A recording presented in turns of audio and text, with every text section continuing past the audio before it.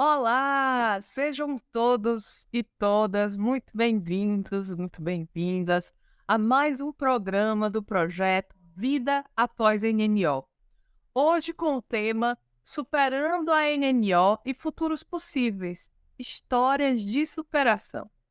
E em nome da Federação das Associações de Doenças Raras do Norte, Nordeste e Centro-Oeste, FEDRAM, e da comunidade NMO, co-realizadora desse projeto, que conta também com o apoio da Associação Brasileira de NMO e ABNMO, desejamos a todos um excelente programa. Fiquem com a gente, que hoje está emocionante. Hoje teremos o privilégio de ouvir pessoas que enfrentaram a incerteza, o medo, a dor e, no entanto, encontraram maneiras de continuar a lutar e viver suas vidas. Essas histórias são uma prova do poder do espírito humano e da resiliência que podemos mostrar quando enfrentamos as maiores dificuldades. Nesta transmissão, vamos ter a oportunidade de aprender sobre as estratégias que essas pessoas usaram para superar as adversidades, como encontraram esperança e apoio e as lições que podemos aprender com seus relatos. Estamos muito felizes em ter vocês aqui para ouvir essas histórias inspiradoras e esperamos que, ao final, possamos sair com uma nova perspectiva de vida e uma mensagem de esperança.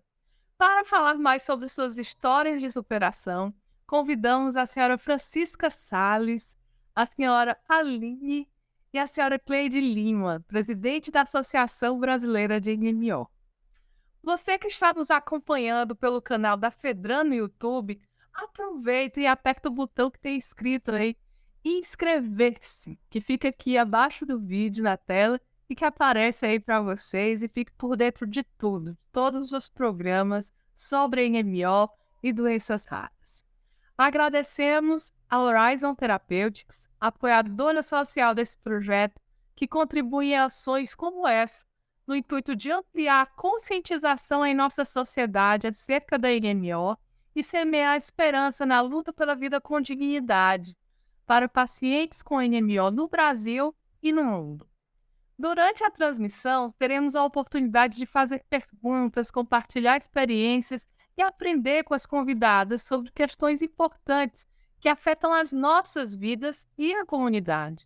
Estamos ansiosos para essa conversa produtiva, enriquecedora e emocionante.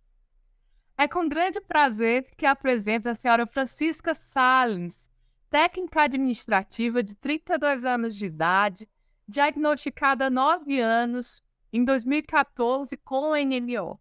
Reside em Goiânia, Goiás, e estamos muito felizes em tê-la como convidada hoje para compartilhar suas experiências e perspectivas com cada um de vocês. Bem-vinda, Francisca. É uma alegria tê-la conosco. Obrigada, Mona. Obrigada. Para mim,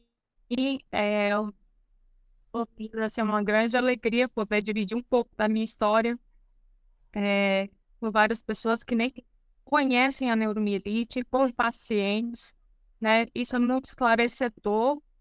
Eu acho que nós devemos cada vez mais fazer programas como esses, voltados para não só para pessoas não só pessoas com deficiência, com a doença, com doenças raras, mas também voltado para o público em geral, né?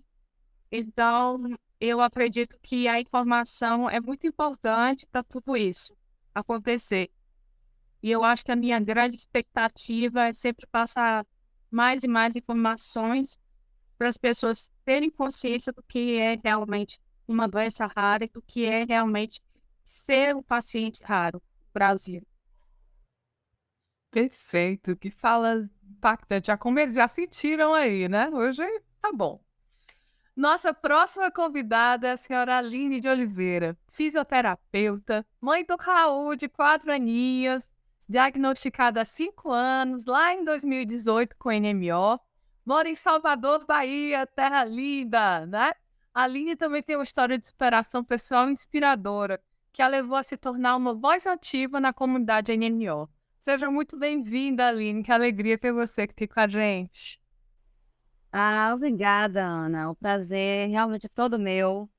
Eu espero realmente, de alguma forma, contribuir. Fico muito feliz, inclusive, de alguma forma poder contribuir com a minha experiência como paciente de neuromielite óptica e também como fisioterapeuta, eh, já que que eu fui paciente de fisioterapeuta, no caso, e realmente eu acho que é uma contribuição importante da visão dos dois lados, né? Da visão profissional com a visão paciente. E eu espero realmente que seja, né, enriquecedor para todos e todas. E fico feliz também de a gente poder estar divulgando, né, cada vez mais com esse tipo de programa que nossa, que é incrível. A gente está divulgando mais sobre a neuromielite, né? Porque é uma das coisas que eu sempre falei até com a Cleide, que muitas doenças elas são raras porque elas são desconhecidas. Então a gente precisa falar sobre as doenças raras, a gente precisa facilitar o acesso ao tratamento, ao diagnóstico. E é assim, né? Com a informação. Perfeito, tudo começa aí, né? Quando a gente transforma essa informação em conhecimento, não só para que os familiares, né, para que os pacientes tenham, né, a possibilidade de despertar para esse diagnóstico, mas também os profissionais de saúde, né, que cada vez mais precisam se inteirar, né, das doenças raras e estarem preparados para esse diagnóstico precoce, para esse direcionamento do tratamento, né? Muito bacana. Nossa próxima convidada é a senhora Cleide Lima, maravilhosa, jornalista, paciente diagnosticada há 5 anos, lá em 2018 com NMO, fundadora e presidente da ABNMO, Associação Brasileira de NMO, e fundadora e coordenadora da comunidade NMO, além de ser co-realizadora desse projeto, juntamente com a Pedran. Uma honra ter você aqui, Cleide, bem-vinda.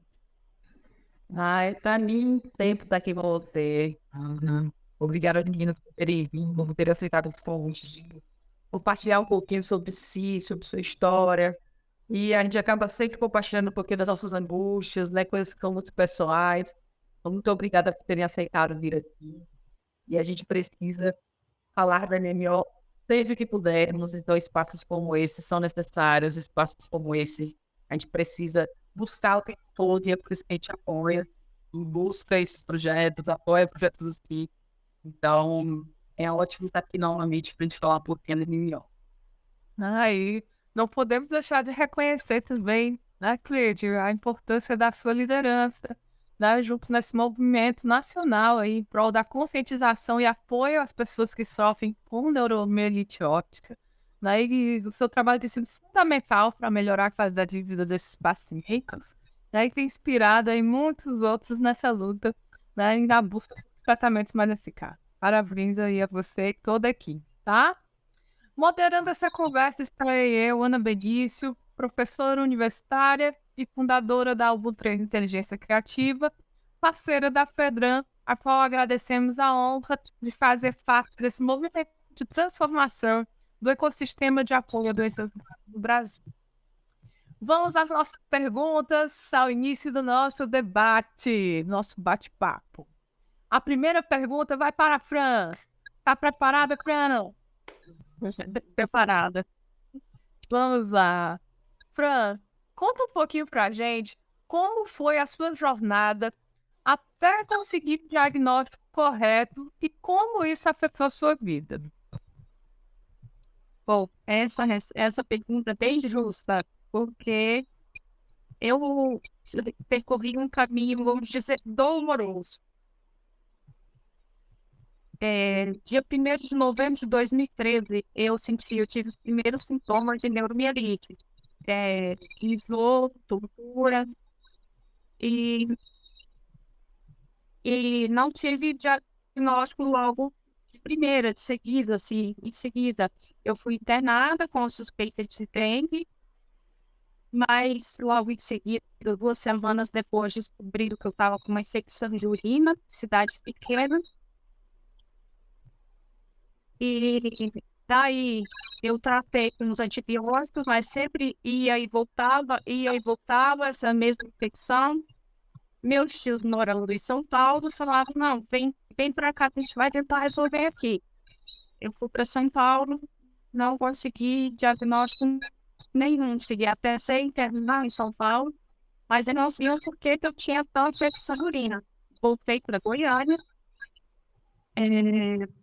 e aí, isso já era abril de 2014. Aí os médicos começaram a pedir alguns exames de bexiga mesmo, né? Para saber por que estava acontecendo, por que tinha ali de errado. E aí descobri que a bexiga não funcionava bem, não funcionava, ou ficava um resíduo muito grande. Mas ficou nessa. Eu fiquei passando sonda de abril, comecei a usar sonda em abril de 2014 e fui até outubro de 2014. Eu fui novamente internada com uma infecção muito forte em um hospital aqui em Goiânia. Aí que eu fui internada, 2 dias depois, minhas pernas paralisaram. Aí os médicos já acenderam aquele alerta, o que está acontecendo? Aí chamaram a neurologia, primeira suspeita, é glaubalete ou então esclerose múltipla. Fiz a primeira pulsoterapia, passou alguns dias, tive um segundo surto dentro do hospital, tirou para a minha primeira parada respiratória que eu tive. Aí veio o primeiro diagnóstico, esclerose múltipla. Nessa internação, devido a essa respiratória, tudo, eu fiquei 21 dias no oxigênio, dependendo de oxigênio, eu fiquei 74 dias nessa internação. Só que já de esclerose, fazendo pulsoterapia e tal, cada crise que eu tinha dentro do hospital era pulsoterapia. Tudo bem. Aí eu recebi aula já 2015. 2015, aí passou 2015, eu tive 3 surtos. 2015 eu tive 3 surtos, passou 2016, minha segunda parada respiratória. Tive minha segunda parada respiratória.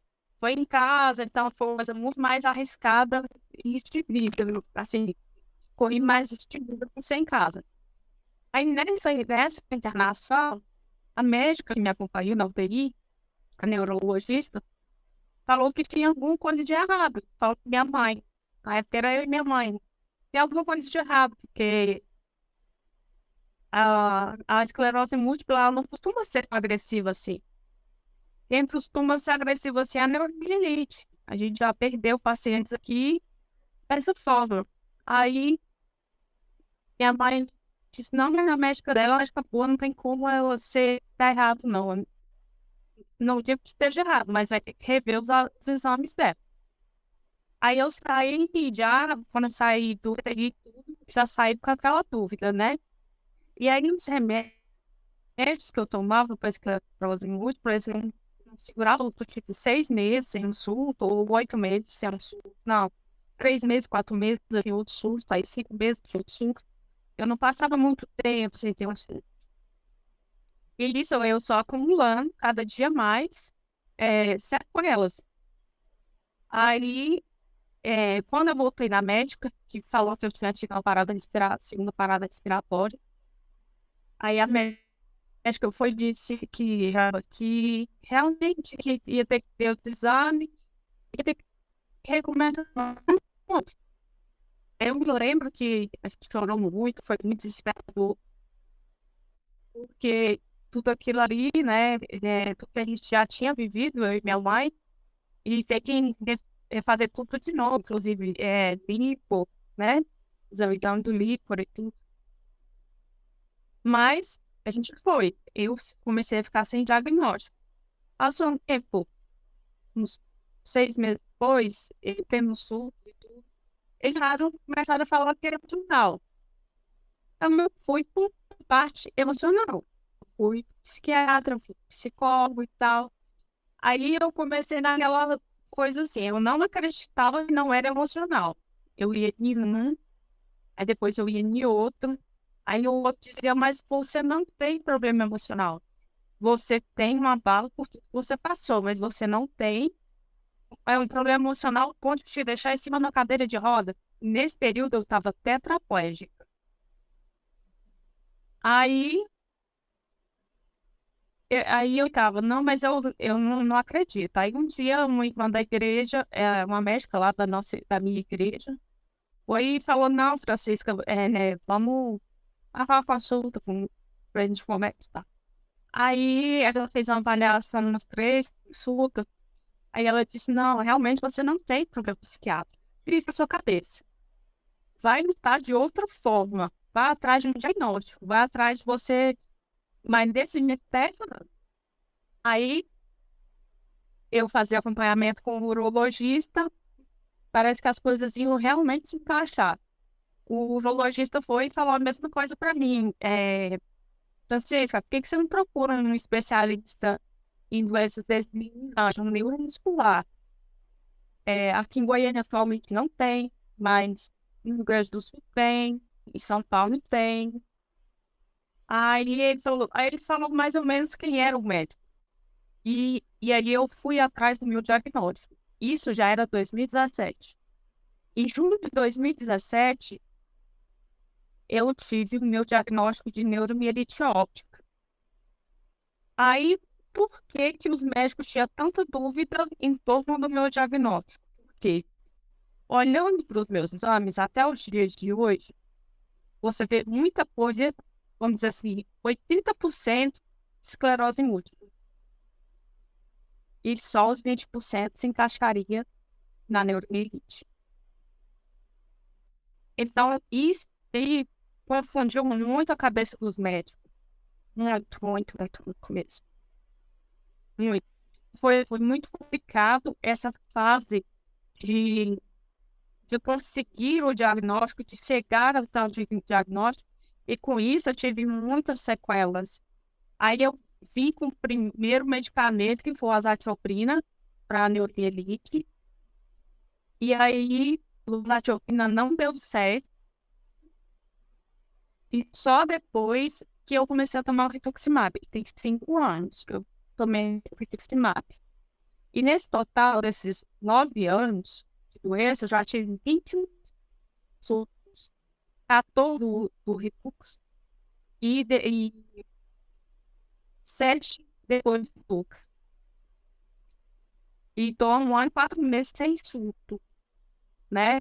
E isso acabou que, assim, por exemplo, se eu tivesse, meu médico fala que se eu tivesse tido diagnóstico antes, eu daria. Hoje, eu tô 1 ano e 4 meses sem surto, faço fisioterapia 3, 4 vezes por semana e não consigo. Não consigo. Agora, depois de tanto tempo que eu consegui ficar mais tempo sem surto, é que eu tô conseguindo ficar em pé. Para mim, já tem sido uma evolução enorme. Alguém tá na minha frente, eu segurar em alguma coisa, se alguém me põe em pé, eu fico em pé. Aí as sequelas, dor, fadiga, perda de visão de um olho, paraplegia. Meus braços são fracos, considerado parecia, né? Uma parecia. Sequela na bexiga e tantos outros problemas. Então, é uma situação que você é delicada, querendo ou não, por causa de tantos surtos. Eu não consigo levar uma vida normal como outras pessoas. Sim, e inclusive a sua fala ela ilustra bem até o nosso programa anterior, né, que a gente fala sobre tratamentos. Então, quem puder, né, assistir, né, vocês vão entender melhor, né, o porquê que cada jornada do paciente, né, tem um caminho único, né, seu, e também como essa demora no diagnóstico pode afetar tanto, né, uma jornada como foi o caso, né, infelizmente da Fran, né, que passou por tantas situações aí complicadas, né? Fran, conta um pouquinho pra gente. Você estava até falando, né, antes do programa começar, que você estava fazendo um tratamento, né, e tudo mais. Então, conta um pouquinho para as pessoas como é o seu dia a dia, hoje, depois aí do diagnóstico, depois de tudo isso. Você já falou um pouquinho sobre agora na sua última resposta, mas fala um pouco mais de como é o seu dia a dia convivendo com a doença hoje. Então, o meu dia a dia, ele é mais voltado para tratamento hoje. Infelizmente, assim, eu faço fisioterapia 3 ou 4 vezes por semana. O meu neuro é a cada 3 meses. Eu faço acompanhamento com o neurologista, mas aí por causa de todas as sequelas que eu tive, de bexiga e de outras coisas, eu tenho que fazer acompanhamento com outros médicos. E aí acaba que, vamos dizer, semana sim, semana não, tem um médico, tem um exame, tem uma coisa que ocupa bastante o meu tempo, né? É, nos últimos dias, nos últimos meses aí, eu voltei, que era uma coisa que eu fazia na minha adolescência, que foi bordar. Meu marido me incentivou muito e eu voltei a bordar. E isso tem sido, assim, acho que igual uma terapia para mim, porque tem me ajudado muito a não ficar pensando tanto, nossa, e se eu tiver um surto, porque eu tenho esse medo, né? E, e também faço acompanhamento com psicólogo. E quando dá, eu saio para alguma coisa, tipo, ir no shopping ou então na igreja, algo assim. Mas realmente é bem limitado, eu não consigo trabalhar, eu não consigo fazer força para nada, pegar nada que tenha peso. Então, acaba sendo um pouco limitada a minha vida. Eu tento, ao máximo, não me limitar e não deixar a doença me limitar. Mas tem momentos e tem dias que eles são piores do que outros. E tá tudo bem, né? O importante é a gente caminhar dentro das nossas condições no nosso melhor e tá tudo bem, né? E eu tô muito feliz com a notícia aí do seu bordado. Depois quero ver, por favor, me manda aí pelo WhatsApp umas fotos, bordado, psicoterapia, terapia maravilhoso, né? Saídas. Acho que essa rede de apoio de amigos, né, ajuda muito a gente a manter essa atitude positiva, essa esperança, né? Porque o tratamento também, né, a gente vai conseguindo recuperar alguns movimentos, né? Recuperar algumas dessas perdas em alguns momentos, então é importante, né, a gente se manter aí firme, né? Você até falou que tinha conseguido fazer 3 dias de fisioterapia seguidos, não foi? Quando a gente estava comemorando. Então a gente está comemorando aí essas pequenas que são grandes vitórias, viu, Fran? Muito obrigada aí pela sua fala. E agora, a próxima pergunta vai para a Aline. Opa! Aline, agora conta um pouquinho como é que foi a sua jornada. Como você chegou ao seu diagnóstico? Foi um diagnóstico demorado como o da Fran? Foi mais rápido? E quais as estratégias que você utilizou para lidar com os sintomas da neuromielite óptica? Ah, então, boa noite novamente. A minha jornada, Fran, foi muito mais curta do que a sua.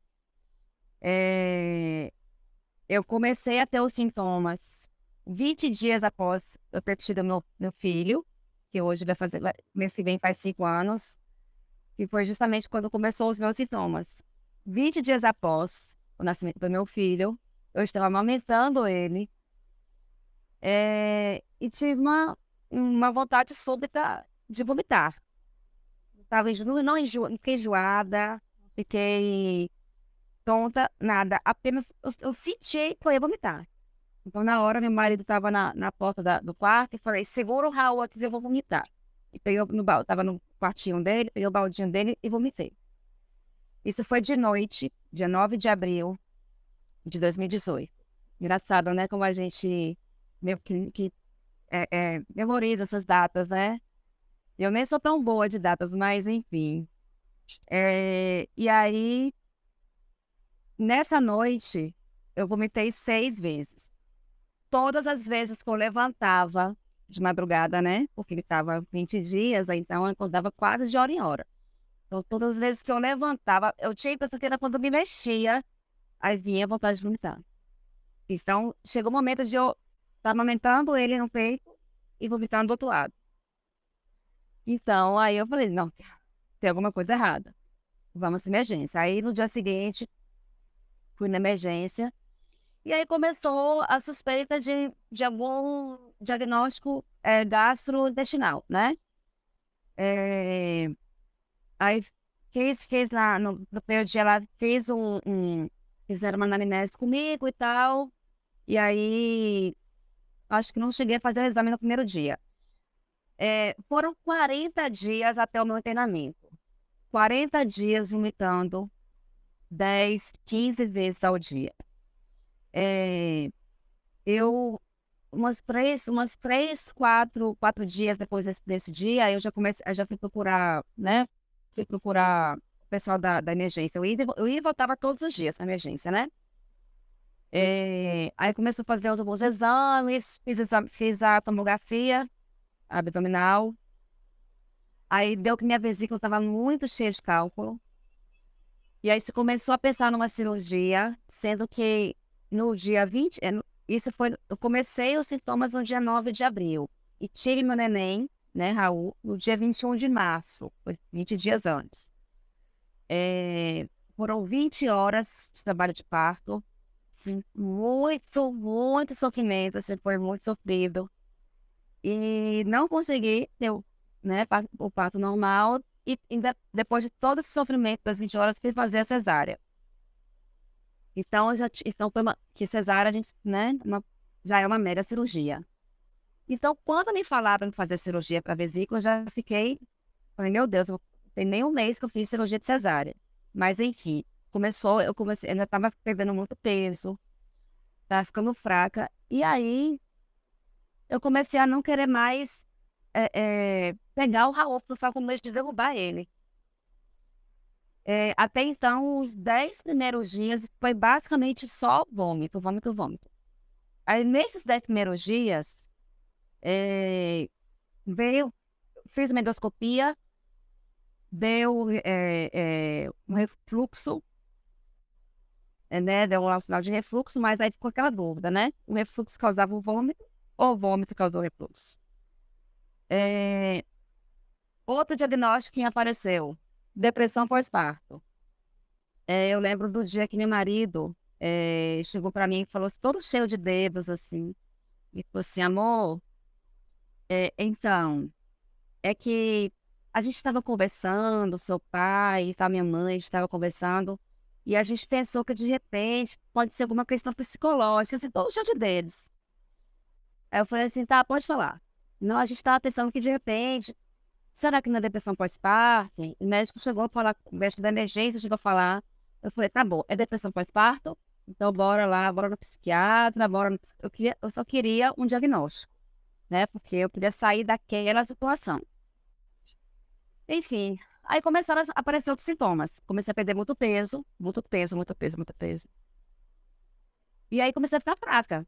Fraca, assim, de não conseguir levantar da cama. Então, até então eu achei que não conseguia levantar porque eu estava fraca, porque não estava conseguindo me alimentar direito, vomitando muitas vezes ao dia.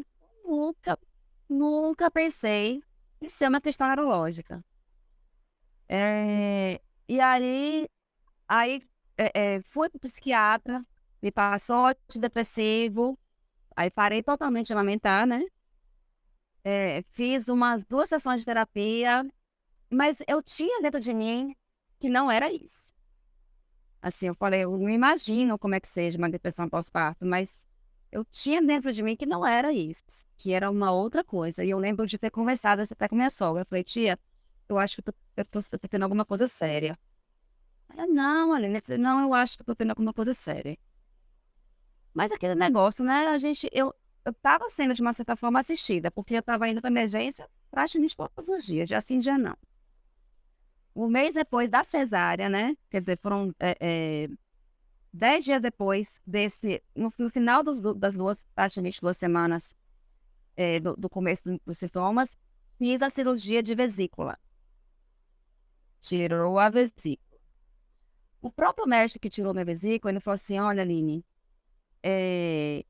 eu vou tirar a sua vesícula, mas eu sinceramente não acho que tem a ver com a sua vesícula. mas eu acho importante a gente tirar, porque tá muito cheia de cálculo.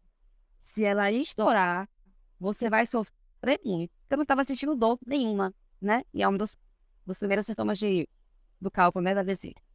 Mas eu acho muito importante a gente tirar. Ainda mais a gente não sabe o que, né? Porque você tá assim, e se você vai ser muito pior se essa vesícula estourar. Tirei a vesícula. Quando eu acordei da anestesia, já vomitei. Então a gente já sabia que não era vesícula. Então eu comecei a ficar, eu comecei a pensar, eu lembro assim, eu pensando, eu tenho que poupar minha energia. Porque eu não posso morrer. Eu pensava isso, não posso morrer, então eu vou ter que poupar minha energia. E aí eu ficava sentado o dia inteiro no sofá e ficava só olhando as pessoas conversar, olhar pra mim, mas eu, assim, eu não me mexia. Eu não queria me mexer porque eu não queria gastar energia. Eu falei assim, uma hora vai descobrir que eu tenho. Pensava isso, né? Pensando. Aí quando começou outros sintomas, eu comecei a pensar, eu comecei a ter certeza que tinha um problema sério mesmo sendo comigo. Conversei, inclusive, com o psiquiatra, falei com ele que, né, que estava tendo outros sintomas. E aí eu comecei, já no final desses 40 dias, eu comecei a não conseguir engolir direito. Então, não é que eu estava recusando, todo mundo achando que eu estava recusando a medicação, o antidepressivo. Mas eu estava começando a ter dificuldade de engolir mesmo. Então, quando eu comecei a ter essa dificuldade de deglutição, ao mesmo tempo, aí foi aquele agravo geral, né? Ao mesmo tempo eu comecei a ter espasmo. Do nada, meu braço era igual uma comoção, um espasmo assim forte, espasmo doloroso. E aí eu ficava, né? Falei, não, gente, tem alguma coisa aí, tem alguma coisa aí. E pensando, mas assim, eu já estava num universo paralelo. Eu já quase não conversava com ninguém, eu já quase não interagia com ninguém. Eu não pegava no meu filho, porque eu morria de medo, né? De pegar nele e derrubar. Então, era aquele negócio. Eu lembro de eu acordava, meu pai ou meu marido vinha, me tirava da cama, me ajudava a ir andando pro sofá. Ficava no sofá o dia inteiro. Gente, eu perdi tanto peso. Eu lembro de uma situação que eu estava sentada na cadeira né, de conjunto de mesa, que é levemente acolchoada, né? E eu sentia dor embaixo do bumbum, assim, no osso. O osso. Eu estava sentindo dor porque eu estava sem carne nenhuma aqui no glúteo, de tanta massa que eu perdi. Enfim, aí quando começou esse estágio de eu não conseguir engolir e os espasmos, o psiquiatra me sugeriu que eu fosse internada numa clínica psiquiátrica. E aí, lá vamos nós para conferir essa clínica psiquiátrica.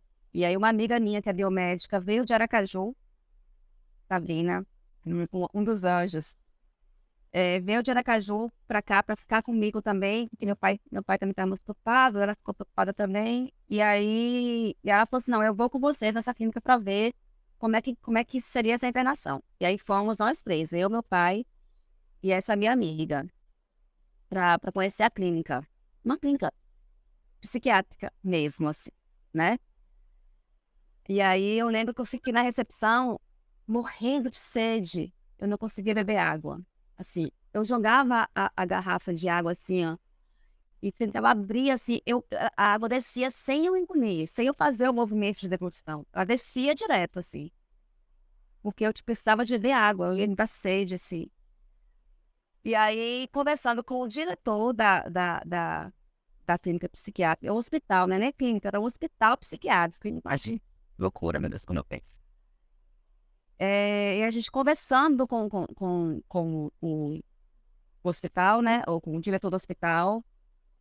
A gente não, que tava conversando mais era meu pai e a Sabrina, né? E aí teve um momento que eu falei, comecei a ter espasmo. Eu falei, ó, doutor, olha aqui. Olha o que tá acontecendo. É isso aqui, ó, que eu tenho sentido. Aí ele estranhou. Aí ele falou assim, mas por que você não quer tomar o remédio? Eu falei, doutor, porque eu não consigo. Eu não consigo beber água. Como é que eu vou tomar o remédio? Aí quando eu falei isso, ele falou assim, seu lugar não é aqui. porque até então achavam que eu estava lutando contra o tratamento psiquiátrico. E aí, de lá, nós fomos direto para o Hospital da Bahia, né, o outro hospital, que era um hospital que eu ia e voltava da emergência, quase diariamente. E na noite anterior a isso, eu tive muita tosse. Muita, comecei a ter muita tosse. Cuspia uma secreção uma secreção forte, mas assim, aparentemente não tive febre nem nada. Era só essa tosse e comecei a ter na noite anterior. E aí, quando eu fui para o Hospital da Bahia, novamente, na emergência novamente, aí eu já fui praticamente direto para UTI. Eu fui internada, ainda não fui na UTI direto, eu acho que fui direto para UTI. Foi. Já fui direto pra UTI. Eu lembro que eu até achei estranho, assim, né? Porque entrou minha irmã comigo, ela falou assim, ó, você vai ficar aqui, Aline. Eu não vou poder ficar com você. Eu falei, por que você não vai poder ficar comigo? Ela, não, porque não vai. Aí eu já achei estranho, que eu falei, pô, se eu vou ficar no quarto, por que minha irmã não vai poder ficar comigo? Eu já achei estranho. E aí, enfim, os vômitos recorrentes, eu acabei broncoaspirando e criei uma mega pneumonia. Eu entrei no hospital saturando com 60% de oxigênio. Eles tentaram fazer um realinhamento, né, respiratório, da oxigenação do meu pulmão. Não conseguiram, e aí fui entubada. E aí foi a minha primeira intubação. Aí pronto, aí fui entubada, fiquei 24 horas entubada. E aí, quando eu acordei, e aí vem a minha sensação de físio, né? Que foi aquela coisa, eu falei, meu Deus, que loucura é essa que está acontecendo comigo? Assim, eu penso, Ana, que eu tinha alguns lapsos de confusão mental, assim, sabe? Eu acho que talvez pela fraqueza, não sei, pela inflamação, né? No cérebro mesmo. E aí, quando eu acordei, foi aquela agonia e tal, sem entender o que estava acontecendo. Fiquei aí desentubei no dia seguinte, me desentubaram, e aí me explicaram, ó, você tá com a pneumonia, a gente tá desconfiada de H1N1, pananã, a gente vai fazer alguns exames, certo. Mas os exames que eu fiz raio-x de tórax, mas não fiz nada referente à parte neurológica. Aí, quando foi uns 3 dias depois, aí que eles começaram a ver a minha fraqueza, né? Que eu não conseguia, até no o banho de leito, eu não conseguia levantar o pescoço, eu não tinha força para levantar o pescoço, assim, né? Eu não tinha força, eu estava quase praticamente paralisada mesmo, né? Era uma paresia muito grande, assim. Então, aí eu acho que eles começaram a desconfiar da parte neurológica. Mas eu ainda fiquei 2 semanas tratando o que poderia ser H1N1. Fiquei 2 semanas na UTI geral. E aí me transferiram. Aí na UTI geral, uma semana depois, entubou de novo. Eu voltei a saturar baixo. Aí fiquei 3 dias entubada. E aí, inclusive, foi quando... Foi na segunda intubação, não. Foi na primeira intubação. Nessa segunda intubação. Na primeira intubação que chegou aquele momento trágico de chamar meus pais, de chamar meu pai, minha família. Falar, olha, avisa os amigos, os familiares, que o que a gente podia fazer foi feito. Agora só o milagre. Chegou nesse patamar, assim. Aí foi aquele desespero, né? Eu imagino que foi aquele desespero, que fora, então.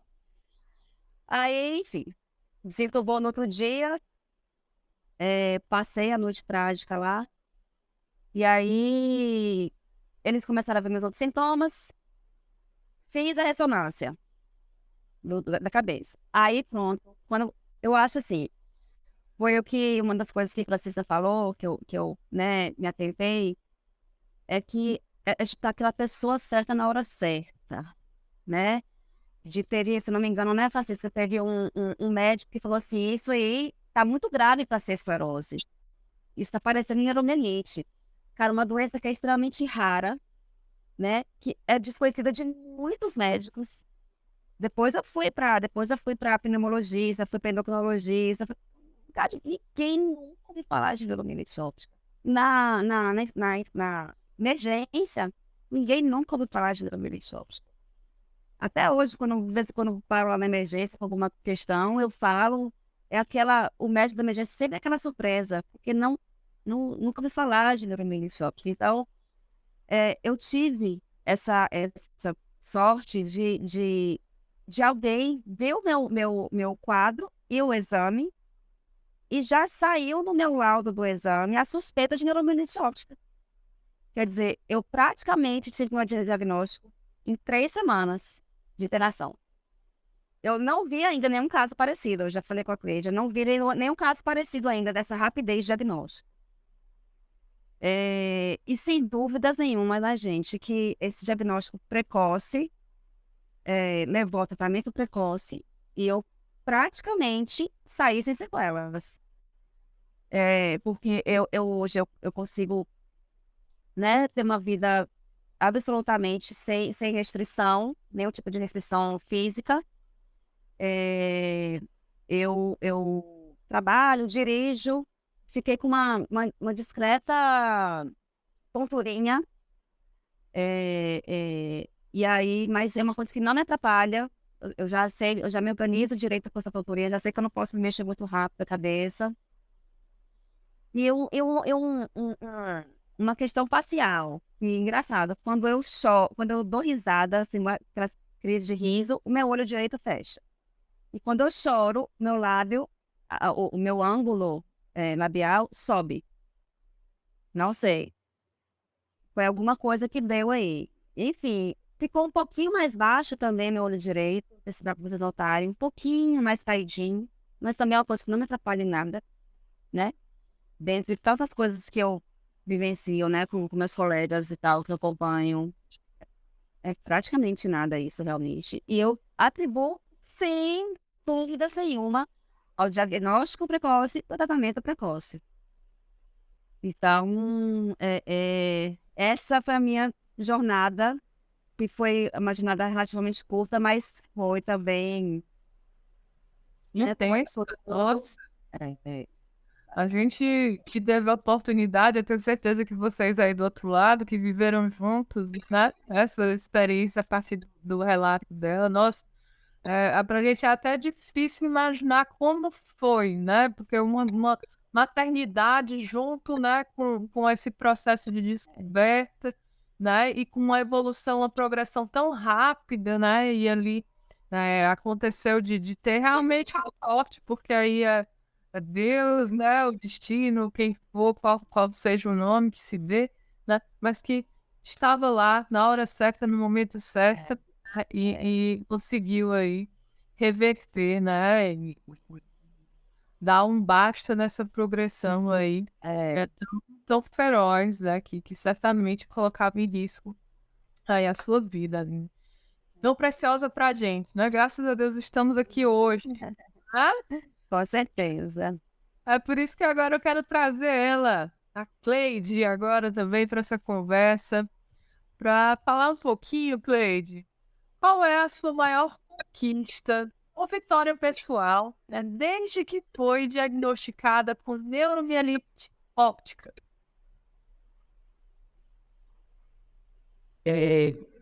Eu costumo dizer que a história de quase todos nós com o NMO é uma saga, né? Que parece uma ficção. Você vê que ela nem contou e nem respirou ouvindo o que ela estava falando, e quando você vê 3 semanas de história, que parece que foram anos, né? Você vê a Francisca falando, quando gente, mas depois isso vai parar, acho que pode um negócio dele. E assim foi a minha, assim foram várias pessoas. E a maior vitória dentro dessa saga inteira é ter estabilizado o quadro, né? Então, a NMO, ela vem em crise, ela vem que chama surto. E acho que é o maior desejo de um paciente hoje, que a gente não tem uma terapia específica para surto, até tem, né, que a gente já falou lá no curso passado, mas ainda não está disponibilizada para a gente, é de conseguir controlar isso, porque cada vez que a gente tem a possibilidade de ter uma sequela é muito grande.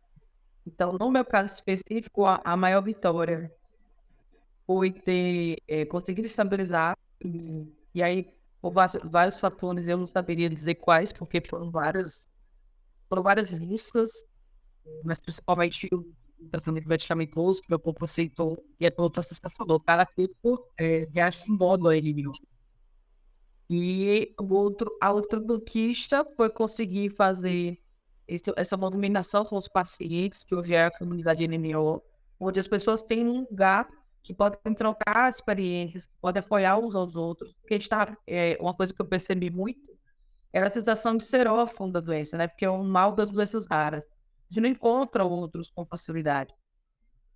E logo depois que a gente descobre o diagnóstico, a gente fica no luto do diagnóstico e na sensação de orfandade por conta de não encontrar outros.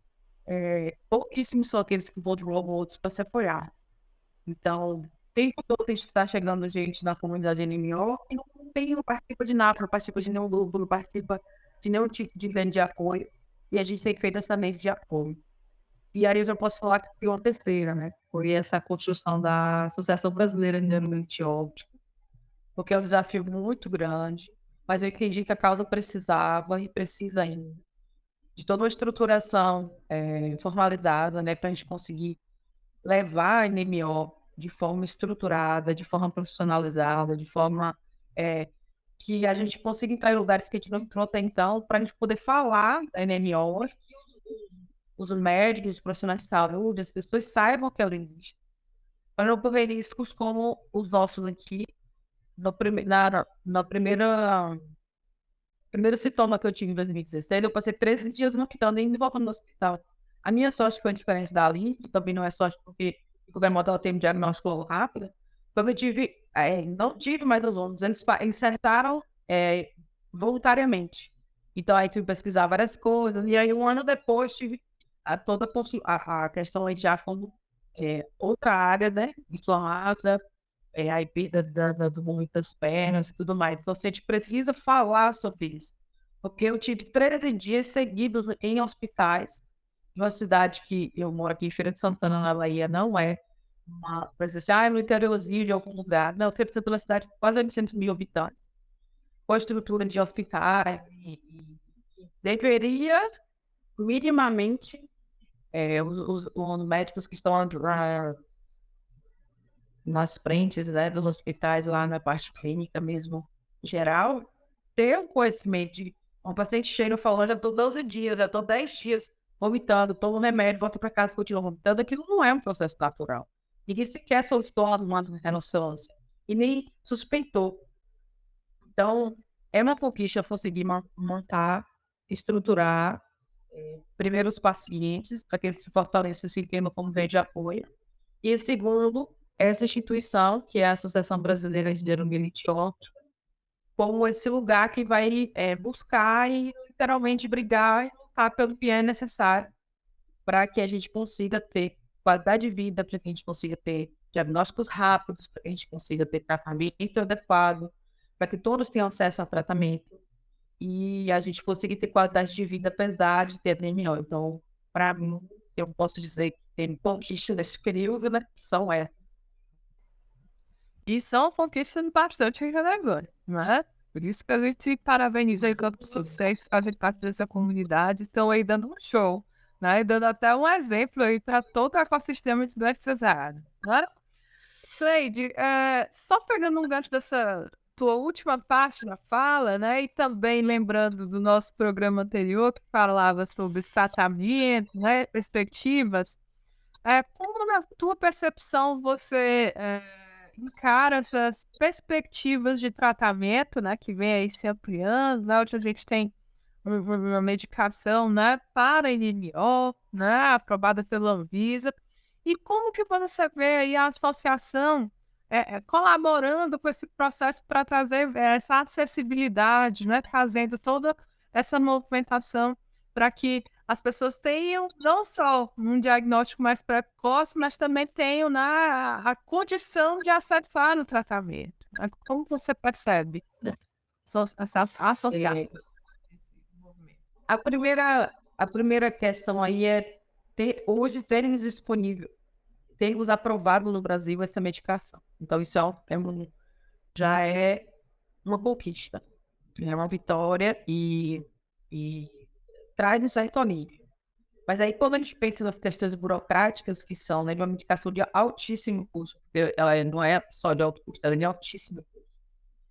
E todo o procedimento interno que tem também no Brasil, como, por exemplo, o protocolo, né, de tratamento, o PCDT, e tudo que tem que envolve essa medicação chegar em nós, dá até uma tristezinha. Mas é uma tristeza que existe uma luz no fundo do túnel, né? Porque muito pior seria se não tivéssemos a medicação.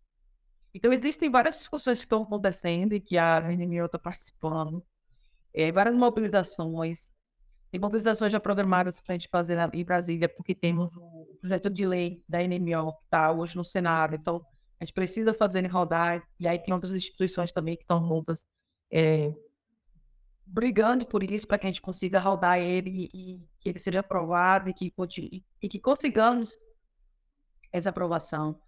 A associação vem aí nessas negociações que são necessárias para que a gente consiga entender como são os mecanismos de receptividade, de liberação dessas medicações. Então, a gente está tudo muito no começo, está tudo muito recente, mas ainda assim a associação tem se movimentado dentro de todo esse ecossistema que tem a ver com a chegada dessa medicação, tem a ver com essa implantação da medicação e que tem a ver com o processo mesmo de recebimento dessa medicação por os pacientes, que nesse momento a gente não tem como dizer assim, prazos nem datas, mas está havendo toda uma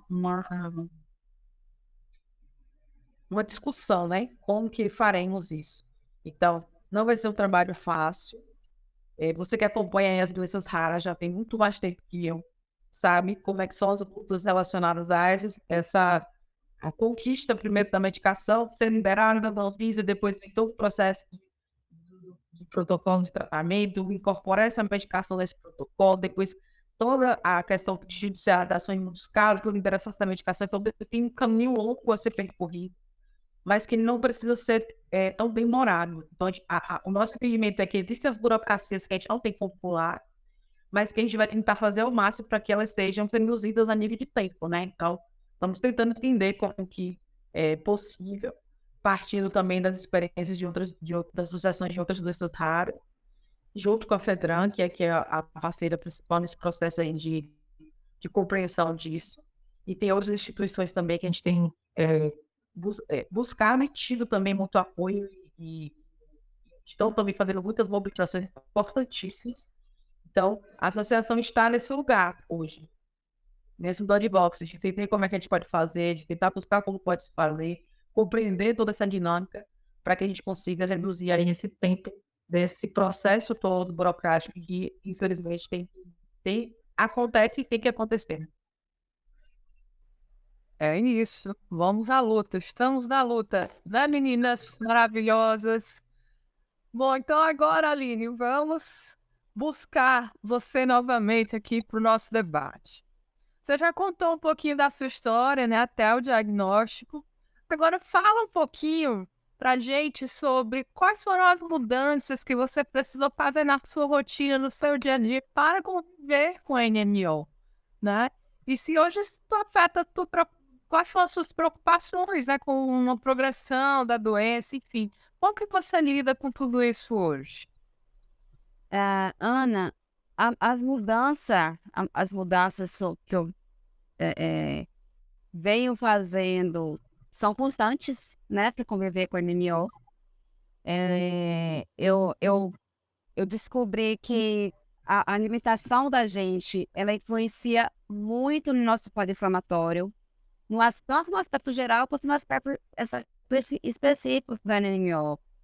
Porque se a NMO já é uma doença inflamatória, então qualquer mau hábito que a gente venha a ter, que possa agravar essa inflamação em qualquer parte do nosso corpo, pode contribuir para um surto aparecer, para uma sequela piorar. Então, assim, eu nos últimos 3 anos, eu venho batendo forte nessa questão da alimentação. Mudei, assim, radicalmente minha alimentação. Mas não deixo de dar minhas escapadinhas também, claro, porque Eu acho também que você tem uma vida só de restrição, uma coisa que é tão prazerosa que é comer, né? Também vai ser ruim para mim em outros aspectos. Mas assim, eu mudei radicalmente minha alimentação. Eu já sempre gostei já de me exercitar, né? Então, agora, então, mais ainda, eu foco nisso, assim. Eu faço um esforço maior porque a gente tem a tal da fadiga crônica, né? Que é proveniente dessa gama de doenças desminimizantes, que é uma característica não é uma sequela, mas como se fosse um sintoma também, né? Das doenças desminimizantes. Então, aí eu trabalho isso na minha cabeça, eu falei, olha, eu tô cansada, eu tô morta, mas vamos lá. Vamos pra academia, vamos correr, vamos, porque eu vou, claro, dentro das minhas possibilidades, né? Eu também escuto o meu corpo. Tem dia que eu não tô no momento, então não fico mesmo. Não, hoje eu quero descansar. Fico em casa, boto as pernas pra cima e relaxo. Vou trabalhar respiração, sabe? Vou fazer uma meditação, vou me exercitar de uma outra maneira, né? É... que mais, Ana, que você perguntou? Desculpa.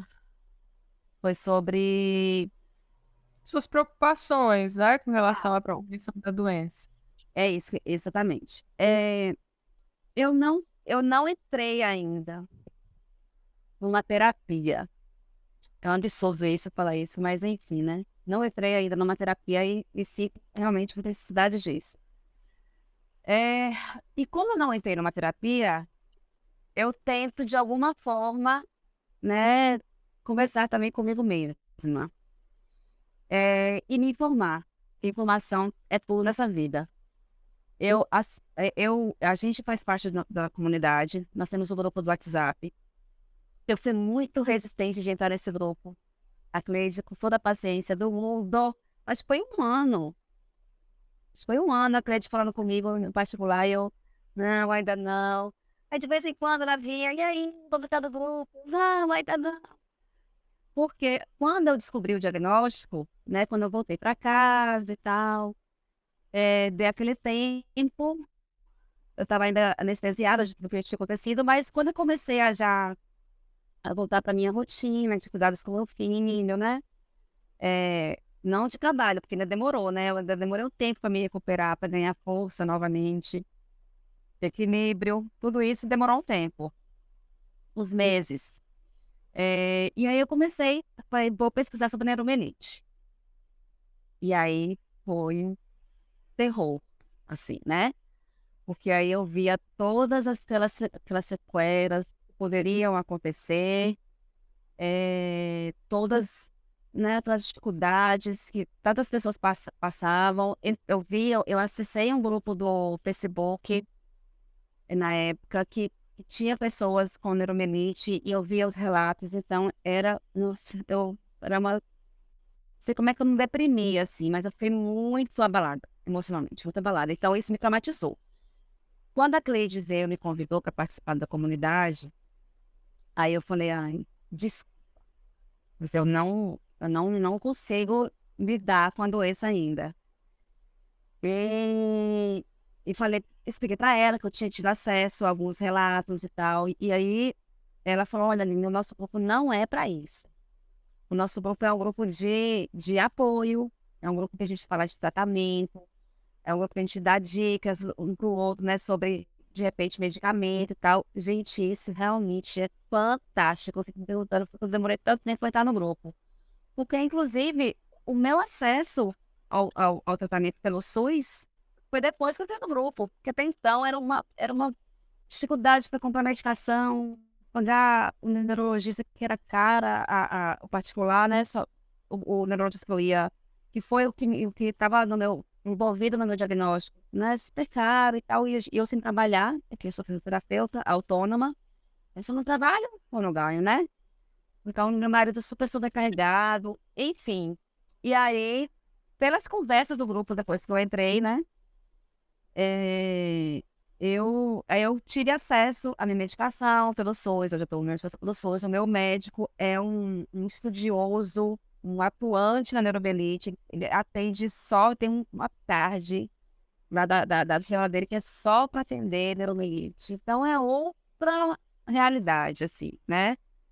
E isso é importantíssimo para a gente que tem um diagnóstico eu acho que qualquer diagnóstico referente a uma doença crônica que que não tem cura, né, que inicialmente não tem cura, seja qualquer ela, é muito impactante na vida da pessoa, né? Então, você fica daquela meio perdida, mas encontrar esse Cleide Ave Maria, ó.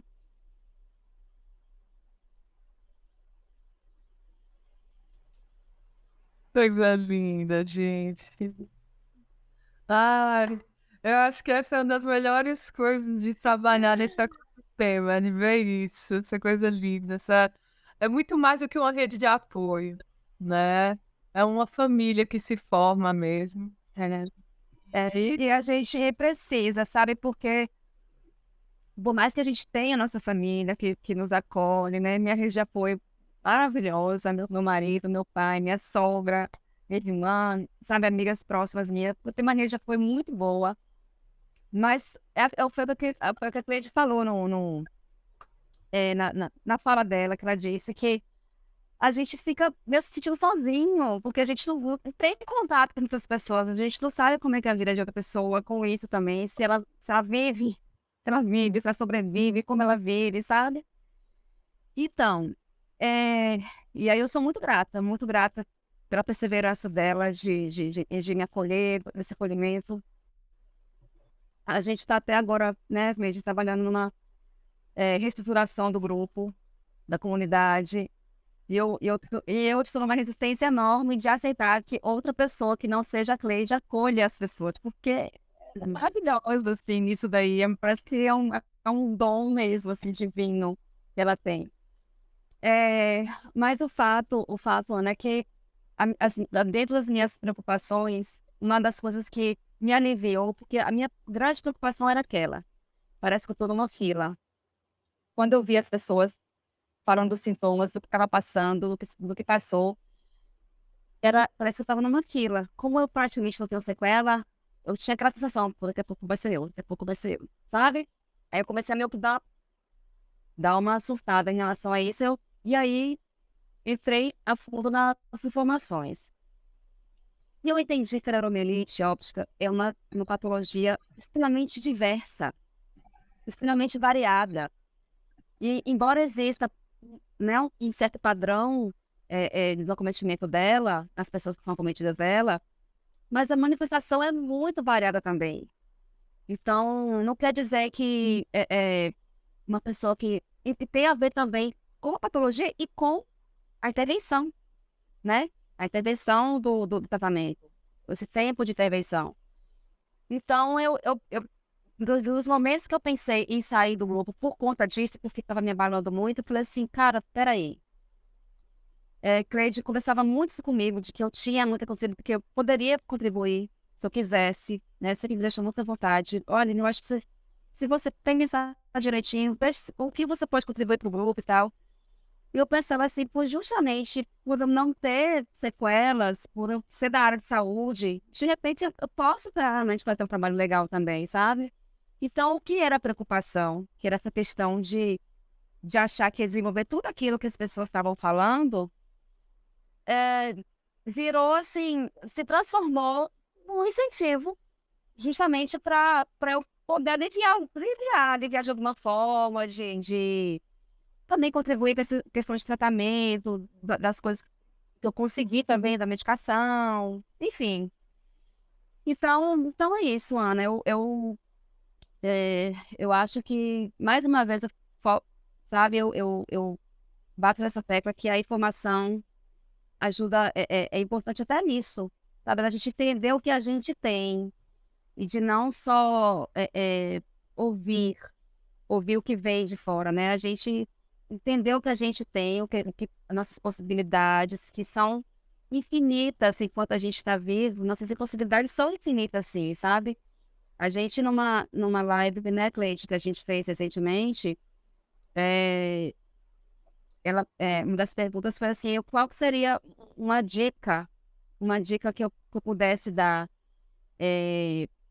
para as pessoas que têm um diagnóstico de neuromerite, com seus diversos sequelas, sintomas de surto. E a dica que eu gostaria de deixar aqui também registrada é que potencialize o que você tem de bom. É claro que o que a gente tem que não está funcionando direito nos abala muito, mas jogar o foco no que está de bom. A Francisca falou, poxa, eu consigo levantar, poxa, já tô feliz, consegui levantar e tal, quero mais, beleza, mas você consegue levantar? Então levante. É cansativo? Respira, vai e levante. Quantas vezes no dia você consegue levantar? Escreva. Hoje eu levantei 3 vezes. No outro dia, hoje eu levantei 2 vezes. Aí no outro dia você pode estar sentindo melhor. Não, vou tentar mais. Vou levantar 4. E assim a gente vai progredindo. A mesma coisa é a questão do braço. O braço está fraco, então vou focar no braço. Então é sempre você focar no que você tem de bom, que está ainda minimamente preservado. Essa ideia de você abordar é sensacional. Quando você me falou, eu emocionada que eu falei, pô, é isso que a gente tem que fazer. A gente tem que potencializar o que a gente consegue fazer, a gente tem de preservado, ou minimamente preservado, sabe? Porque era o meu pensamento quando eu estava em cima da maca. Quando eu não conseguia praticamente mexer. Eu lembro que eu consegui mexer o pé, eu falei, olha, eu tenho que mexer no pé. Vou ficar sempre mexendo o pé. E ficava sempre mexendo o pé. Aí depois eu começava a encolher a perna e esticar a perna. Encolher a perna e esticar a perna. Era isso. E ia progredindo. Na minha cabeça eu ia fazendo um mapinha de exercício. E eu ia progredindo. E é isso. Eu acho que a minha dica é essa. É importante a gente perceber nossa situação, nossas limitações, mas eu acho que mais importante que isso é a gente perceber o que a gente pode fazer e potencializar isso daí. E aí é isso. E vamos que vamos. Eita, que fala linda, Aline, né? Agora vamos viajar para Goiânia. Fran, vem cá, Fran. A gente tá falando tanto em você, né? Aí, e agora a gente vai pedir para você deixar uma mensagem, né, para outras pessoas que também tenham recebido esse diagnóstico, estejam nessa jornada em busca do diagnóstico, às vezes nem até sem nem imaginar, né, que tem essa doença, ou outra doença rara que também, né, tenha deixado alguma sequela. Que mensagem você deixa para essas pessoas hoje, Fran? Então, a gente sabe como é difícil aí ter um diagnóstico, conseguir ter um diagnóstico, ainda mais sendo portador aí de uma doença rara. Então, eu acho que o principal é não pare, porque quem tem um tipo de doença assim, geralmente enfrenta muitos obstáculos, muitos nãos, muitos é psicológico, é tal doença, e às vezes nem tem nada a ver com o problema que a pessoa está sentindo. Então, não parar e não parar de lutar ainda por cima, mais não que você receba, é o que pode te dar, na verdade, uma esperança e uma oportunidade de recomeçar a vida lá na frente e ter uma qualidade de vida melhor. Então, lutar, não, não perder a fé, perseverar as principais coisas que eu acho que nós raros precisamos. Porque é muito difícil. Não é fácil. Mas é fácil, então você falar, não, não é fácil eu falar porque eu também sou cara, eu também sou portadora de neuromielite e eu sei tanto que é difícil seguir em frente, viver uma vida que muitas vezes é completamente diferente da que você viveu há uma semana atrás, ou há um ano atrás, ou há 2 anos atrás. Mas eu acho que principalmente é manter esperança e seguir em frente. Seja do jeito que for, mas da maneira que for possível, é importante. Lindo, Fran, obrigada, viu? E agora eu vou chamar nossa Cleide querida para falar até como pessoa física, né, como paciente de NMO, e também deixar sua mensagem, e como presidente da Associação Brasileira de NMO, né, pessoa física e pessoa jurídica, Cleide, agora, duas mensagens. A verdade, né, como pessoa que tem NMO, que é uma mensagem que eu tento levar para o grupo, que a Aline já trouxe isso, né? E a Fran também já resumiu. O que é que você tem hoje que pode te dar uma sensação de um pouquinho de conforto, né? É ligar para alguém que você gosta muito, sentir que você conseguiu, nesse caso, do exemplo que a Aline falou, né? Hoje eu consegui levantar 3 vezes, então hoje eu só consegui 2. Não é nada disso, é olhar o céu, escutar uma música bacana. Eu sou muito musical e lá no grupo terapêutico com o psicólogo Enalto, tem um trabalho que a comunidade tem feito gratuitamente. A gente fala muito de música, além de participar do grupo. Somos musicais, mas não é porque a gente é baiano que a gente é musicano, porque somos seres que também somos seres que gostam do mito, né? E saber que já por ciência e neurociência que a música tende a levar a gente para um outro lugar e melhorar isso. Então, o que eu sempre tenho dito é procurem botar a rotina de vocês no dia a dia alguma coisa que faça sentido, que faça com que você se sinta melhor. Fiquei feliz também, Fran, de ouvir você falar que tá bordando. Quero muito ver seus bordados. Tem gente da comunidade que faz crochê, pinta, que desenha. Tem coisas lindas acontecendo lá e partem desse estímulo, né? Faça o que pode ser feito agora com o recurso que você tem. E quando eu falo recurso, não tem a ver só com dinheiro, não. Tem a ver com a vontade, a sequela, a limitação. O que você tem agora que você pode fazer de diferente? O que você tem agora que você pode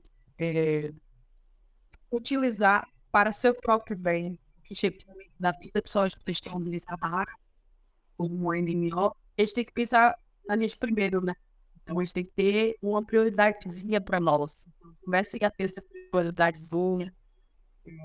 Atividade física, uma alimentação no somatório, a gente já tem esse foco também. E a associação tem recrutado, né, alguns profissionais deles terão esses nutricionistas para esses materiais também. Então, agora eu estou falando pessoa jurídica, né? O que a associação pode fazer para fortalecer a comunidade NMO? Pode ser qualquer evento para grupo do ecossistema de NMO nesse Brasil, a gente vai fazer. Onde que a gente puder levar o NMO de Ryan, onde que a gente puder atuar os profissionais de saúde para que eles saibam que a anemia existe, que pessoas não passem pelo que todos nós, das 3 aqui passaram, né? Com essa saga do diagnóstico, muito mais demorados, a da Fran foi muito longo, demorou quase 2 anos, a da Aline já foram poucos meses, poucos dias, né? Poucas semanas. Então, assim, eu tenho percebido hoje também que em grandes centros os diagnósticos estão sendo rápidos, olha isso, é uma coisa boa. E é isso que a gente tem que buscar, e podem contar com a gente enquanto associação. Contem com a comunidade NMO, que, como a gente falou, a gente está tentando fazer a reestruturação. Não está sempre por lá, nem no sumir. Mas realmente, a partir do ponto de vista, né, a gente tem visto aí o que é possível, o que está crescendo. E o acolhimento não é só trazer a pessoa para dentro e deixar ela lá. A gente faz realmente o acompanhamento. Assim como a Aline quase um ano para entrar, tem várias outras pessoas nesse lugar de resistência para entrar, nesse lugar de não aceitação. Essa semana, há 2 semanas atrás, entraram 2 que a comunidade elas pilham e elas entraram. Então, hoje não estou desenhando, estou fazendo 4. Eu mandou na forma em 4 e 1 metro. Ela está de diâmetro, né? Um pouquinho mais que ela está pintando. Então, assim, é esse lugar e esse fortalecimento que a associação sempre vai buscar para todos os pacientes. E nessa estruturação, como foi feita, está sendo feita para quem está testando, espero que dê muito certo, é a comunidade NMO que vai continuar fazendo esse cuidado, é a comunidade NNO que vai continuar tendo essa rede de apoio, que vai trazer esse acolhimento, junto com toda a estrutura que a Associação Brasileira conseguir trazer, junto com todos os projetos que a Associação conseguir trazer. Esse que a gente está vivendo aqui agora é um projeto que a Associação já conseguiu para a comunidade, ele está vendo no passado acontecendo.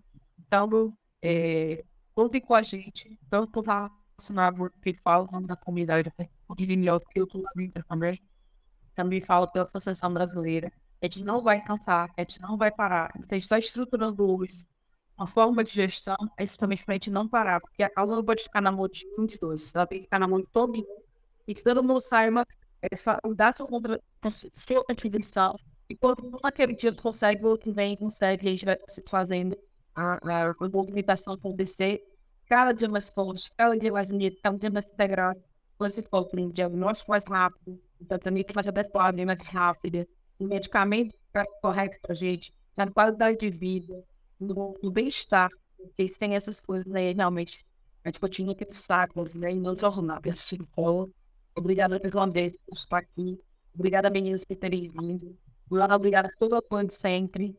Eu agradeço a Fernanda também por fazer parte de tudo isso que está acontecendo, de todas as movimentações que já estão programadas para o dia de fazer, então, ele vai ter que estar falando. Então, só tenho a agradecer nesse momento e chamar todo mundo para chegar junto, né? Porque a gente precisa de todo unido para que a coisa realmente ganhe mais corpo, mais força e possamos realmente conquistar o que a gente precisa.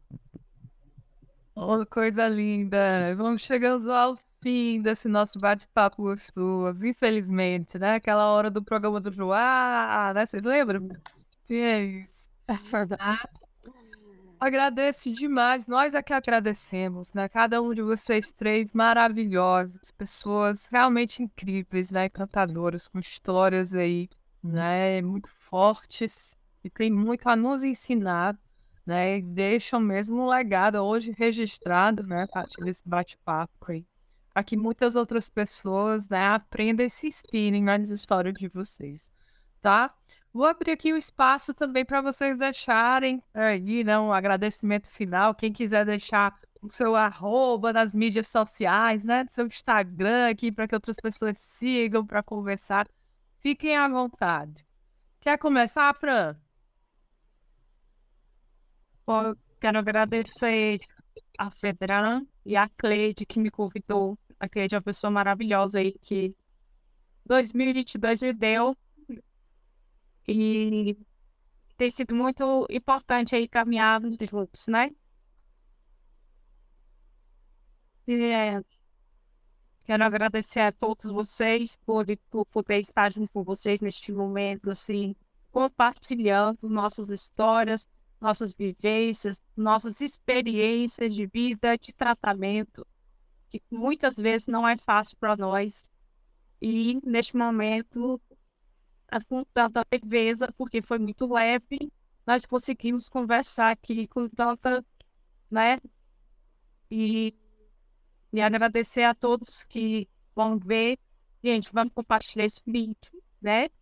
Vamos se inscrever aqui no canal e para que várias pessoas possam conhecer mais a neuromielite óptica. Nós precisamos divulgar a neuromielite óptica, porque só assim nós vamos conseguir mudar muitas histórias, não só as nossas, mas várias histórias. E é isso. Obrigada.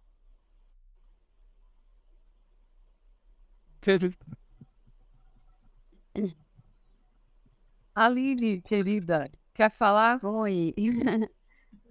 Agradecer, né, esse espaço que você está abrindo para a gente, né, a Fedran, vocês que estão, né, que também aceitaram esse convite maravilhoso, e de todas as pessoas que estão tendo, que vão ter acesso a essa nossa conversa, reforçando isso que a Fran falou, divulguem, né, compartilhem,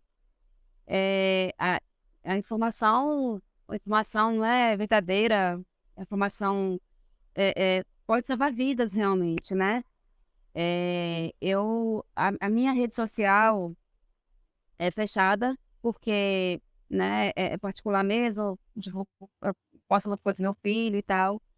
Mas pode me mandar direct, é o @Nine, N de navio e N de navio é Olive, @NineOlive, no Instagram.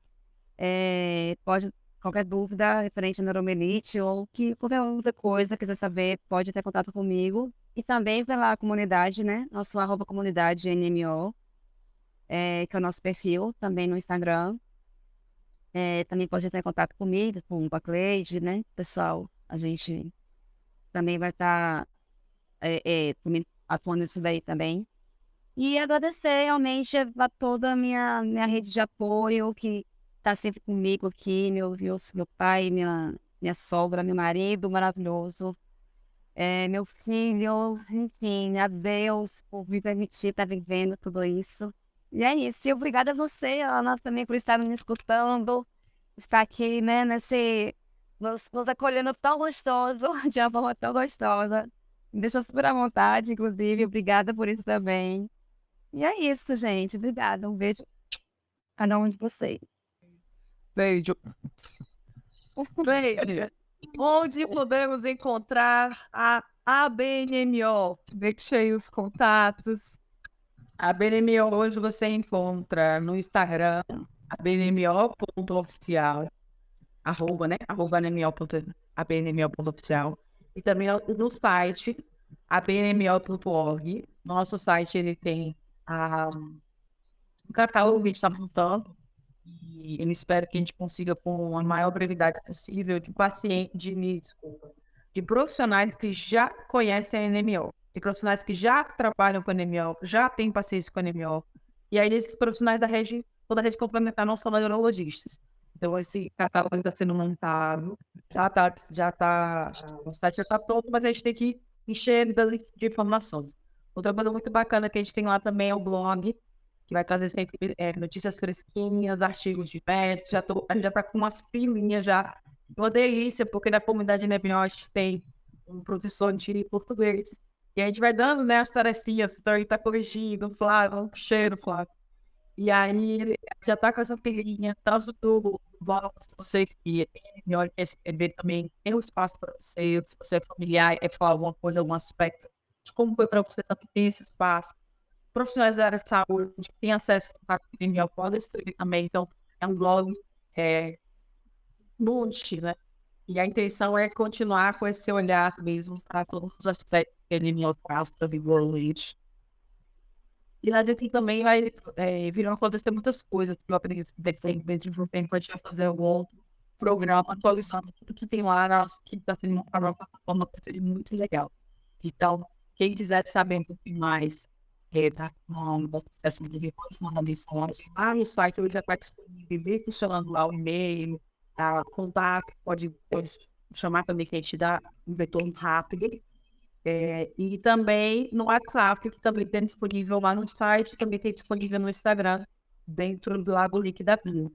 Então, tá fácil encontrar a gente. E quem quiser entrar para a comunidade NMO, o mesmo processo. Lá no link da bio, tem lá, entra em contato com a gente, ou manda no direct por lá. E a gente vai fazendo essas conversas e acolhendo e trazendo todo mundo para perto da melhor forma, da melhor e mais elevada maneira. Então, agradecer a todo mundo. Com certeza. Muito obrigada, Aline, muito obrigada, a parte técnica também, todos vocês que estão aqui. Obrigada pelo carinho. Aquelas perguntas muito convidadas hoje, né? Se a gente fosse fazendo algum jeito, bem junto ali para casa da minha, a gente precisa, gente. O cheiro. Oh, coisa linda!